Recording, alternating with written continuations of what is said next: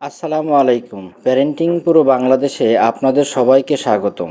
শিশুদের মধ্যে mood swing বেশ সাধারণ। কখনো তারা হাসি খুশি, আবার হঠাৎ করে বিরক্ত বা হতাশ হয়ে যেতে পারে। কিন্তু প্রশ্ন হচ্ছে কেন এমন হয় এবং কিভাবে আমরা এর সমাধান করতে পারি। আপনি কি কখনো আপনার বাচ্চার হঠাৎ মেজাজ পরিবর্তন বা অস্বাভাবিক আচরণের মুখোমুখি হয়েছেন? যে বিষয়গুলো আজ আমরা জানব। শিশুর সাধারণ মেজাজ ও আচরণগত সমস্যাগুলি কি কি, এর পিছনের কারণগুলো এবং সবচেয়ে গুরুত্বপূর্ণ কিভাবে এই সমস্যাগুলির সমাধান করা যায়। চলুন শুরু করা যাক। আসুন জেনে নিই কিছু সাধারণ সমস্যা। অতিরিক্ত রাগ বা আবেগ প্রবণতা, অবাধ্যতা, মনোযোগের অভাব, আচমকা কান্নাকাটি এবং আগ্রাসী আচরণ। এই সমস্যাগুলি দেখে হতাশ হবেন না। মনে রাখবেন এই সমস্যাগুলি সাধারণত অস্থায়ী এবং সমাধানযোগ্য। আসুন জেনে নেই এর পিছনের কারণগুলো।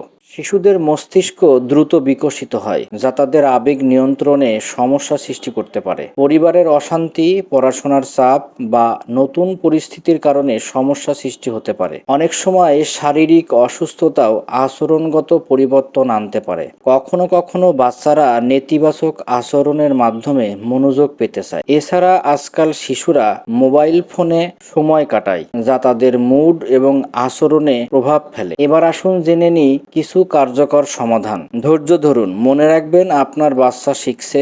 রাগ না করে তাকে বোঝানোর চেষ্টা করুন। সুস্পষ্ট নিয়ম প্রতিষ্ঠা করুন। বাচ্চাকে জানান কোন ধরনের আচরণ গ্রহণযোগ্য আর কোনটা গ্রহণযোগ্য নয়। ইতিবাচক শৃঙ্খলা বজায় রাখুন। ভালো আচরণের জন্য প্রশংসা করুন, খারাপ আচরণের জন্য যুক্তিসঙ্গত শাস্তি দিন। একটি নিয়মিত দৈনন্দিন রুটিন তৈরি করুন। এটি বাচ্চাদের নিরাপত্তা বোধ অনুভব করায়। বাচ্চার সাথে মানসম্মত সময় কাটান, তার কথা শুনুন, তার সাথে খেলুন। সুষম খাবার, পর্যাপ্ত ঘুম এবং নিয়মিত ব্যায়াম নিশ্চিত করুন। যদি সমস্যা দীর্ঘস্থায়ী মনে হয়, একজন শিশু মনোবিজ্ঞানীর পরামর্শ নিতে পারেন। মনে রাখবেন প্রতিটি বাচ্চা অনন্য।